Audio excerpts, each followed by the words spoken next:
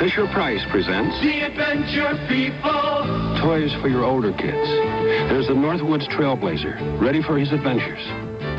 Or the Daredevil Skydiver, to go as high as a child can toss him. And the TV Action Team, to play with on its own, or with any of our 13 other Adventure People toys. The Adventure People and their TV Action Team comes complete as shown. Other sets sold separately by Fisher-Price.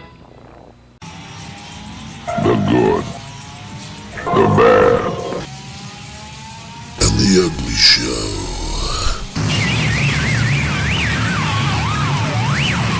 Hello and welcome back to The Good, the Bad and the Ugly Show. If you like these videos and enjoy them, please click on the link, like and subscribe and all that stuff. Anyway, today we're going to be taking a look at an old toy line that's very close to my heart. A brand of action figures called Fisher-Price Adventure People. So these things, I used to buy them a lot when I was a child. I'd find them in car boot sales and jumble sales. I never really understood what they were or knew much about them. But in recent years, I've found a few on the internet and I've done a bit of research. So let's take a look at some Fisher-Price Adventure People.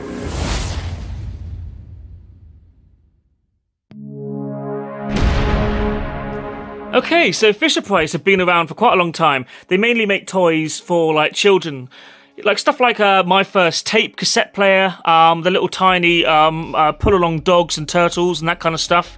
They made a lot of cool stuff that you'd remember from when you were like, I don't know, 4 or 5 years old. In 1975, they made this line called Adventure People. These are basically action figures designed towards sort of 4 to 9 year olds, but I think older kids played with them as well.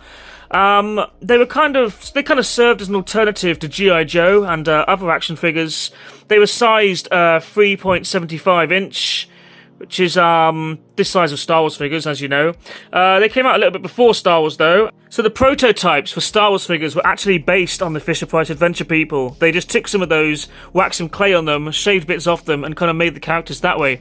So they kind of gave birth to the Star Wars figure, in a way.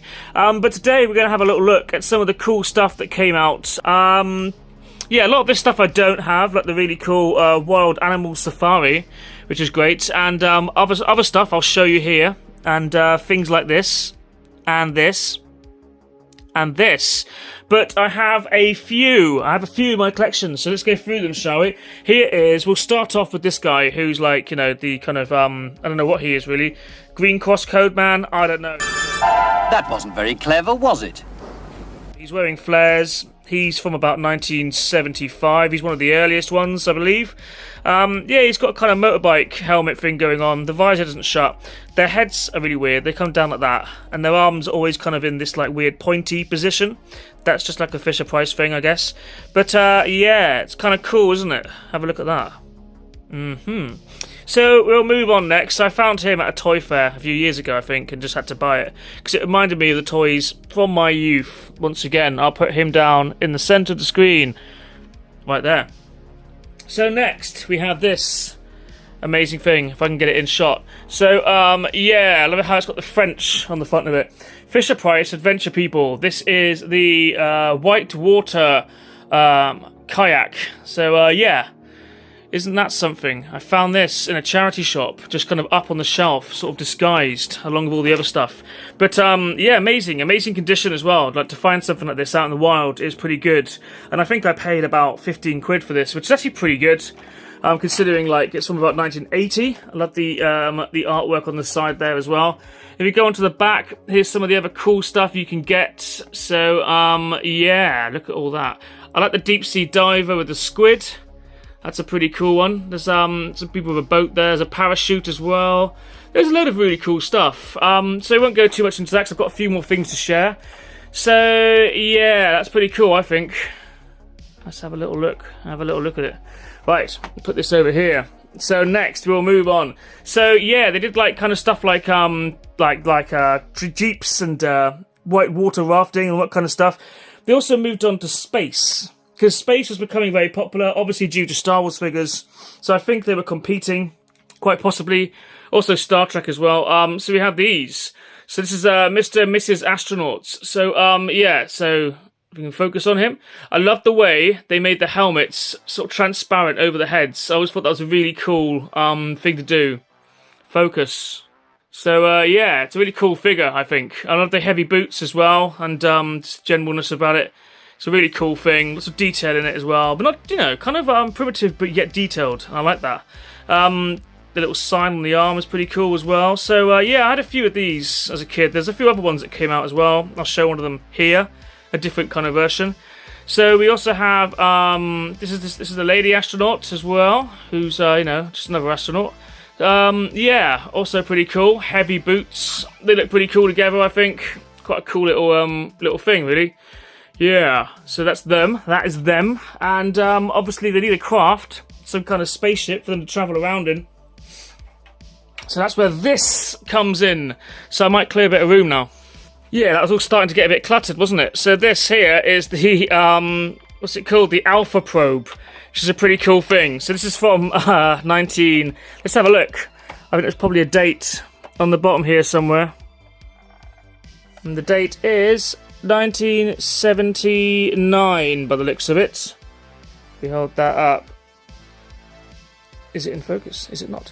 Yeah, 1979. So it's a cool thing. It's lasted out pretty well, I think. So let's get the gist of this then. Here's the other side of it. Here's the back of it. It's just really cool. Imagine getting this as a kid. I think I would have been quite excited. So you open this up here, and this comes out. This is like a kind of, I don't know, like a little space, like another little spaceship that comes out of it. So you can put these guys inside there, like that, and that shuts, and that's pretty cool, right? And that can sit inside your, inside the craft. But what also happens is you can pull this bit forward as well, and you can put one of them inside and shut that again, so they're driving it, and then this probe can go inside like that, and you have your astronauts, and you can see him through the front window in there, which is great. And now, do you think this toy's lasted since 1979? What are the chances of it still working?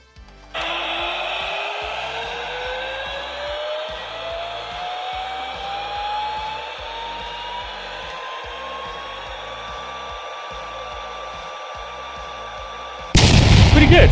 Next button.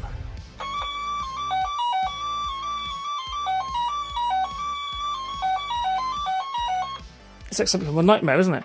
Like, it reminds me of like early computer games, Atari and Commodore and stuff. So final button makes those lights go. So when I first bought this toy back, I say toy, this amazing vessel. When I first brought this back home, it was quite late at night, and I'd had a few beers, and I opened the box up, and my wife was asleep in bed, and I pressed this button.